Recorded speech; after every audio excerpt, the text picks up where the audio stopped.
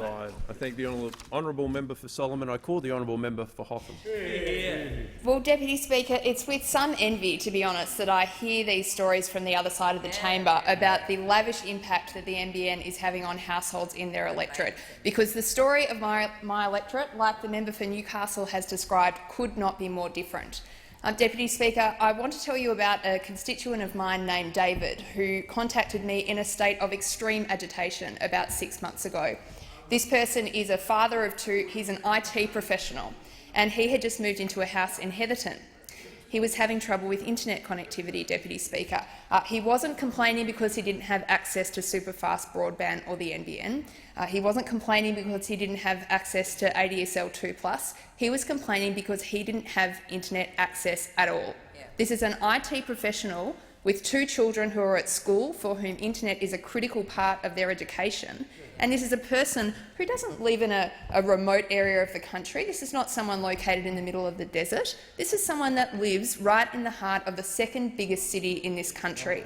So what we have, Deputy Speaker, is a major problem on our hands. And I'm glad the member for Solomon is happy with what's happened with her electorate. I would point out that most of the work that is connecting her constituents to the National Broadband Network happened under Labor. In the 2 years that the coalition has been in government, not a single additional person has been connected to NBN in the seat of Hotham. The only people who are connected to the NBN is a small section of Springvale South, and that group of people were connected to the NBN under a Labor government, Deputy Speaker. Now, Deputy Speaker, it's not just individuals in my electorate that are concerned about the really poor state of internet in my area. I received in July a letter from 7 municipalities in Melbourne's south-east. Collectively, these councils govern $63 billion in economic impact in my city. And, Deputy Speaker, they wrote me the most extraordinary letter talking about a study that they have conducted in the southeastern suburbs of Melbourne, which shows that 85% of these businesses in this region, many of them are high-end manufacturing businesses that are struggling to convert to the old economy to the new economy, 85% of them are today relying on ADSL 2+, Deputy Speaker. Now, this is not the sort of infrastructure, this is not the sort of technology that is going to see us capture the jobs of the future that the Prime Minister speaks about so excitedly. There is a much broader economic impact, Deputy Speaker, and we talk about all of our electorates, but together they add up to Australia. And what we know is that this is the Snowy Mountain scheme of our age. This is the critical piece of infrastructure that we need to invest in to ensure that all of our children are going to be able to flourish in what will be a knowledge economy for developing countries.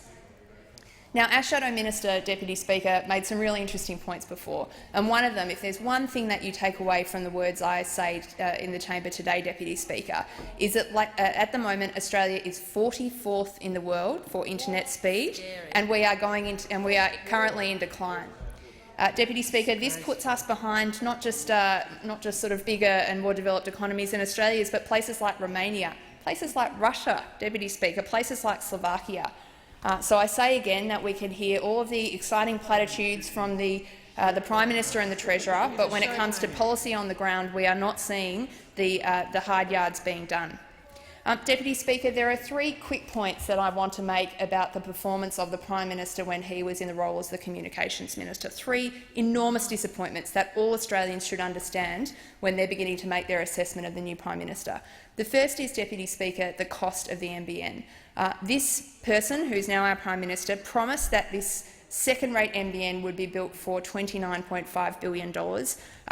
He revised those assumptions about 6 months after he first made that statement, and then, Deputy Speaker, in more recent times he's revised the cost again to $56 billion. Now, this is a person who we're being led to believe talks a big game about his commercial background, but here we have a project that within a 2-year period he's essentially doubled the cost of. In terms of pace, Deputy Speaker, the Prime Minister told us this would be delivered by 2016. That's clearly not going to happen because all of my electorate will have to be connected over the next year. We're now being told that it will take to 2020 to install this critical piece of infrastructure. And the final point, Deputy Speaker, I would point out is about the quality. Members on the other side need to really understand this. Copper and fibre are not the same thing. We heard the member for Solomon say, isn't it great we've been able to deliver at a lower cost and it's exactly the same product? Wrong, wrong, wrong. And what I find so frustrating about this, Deputy Speaker, is that we'll only get one chance to do this and we're messing up that chance because of this Prime Minister. Time has expired. I thank the honourable member.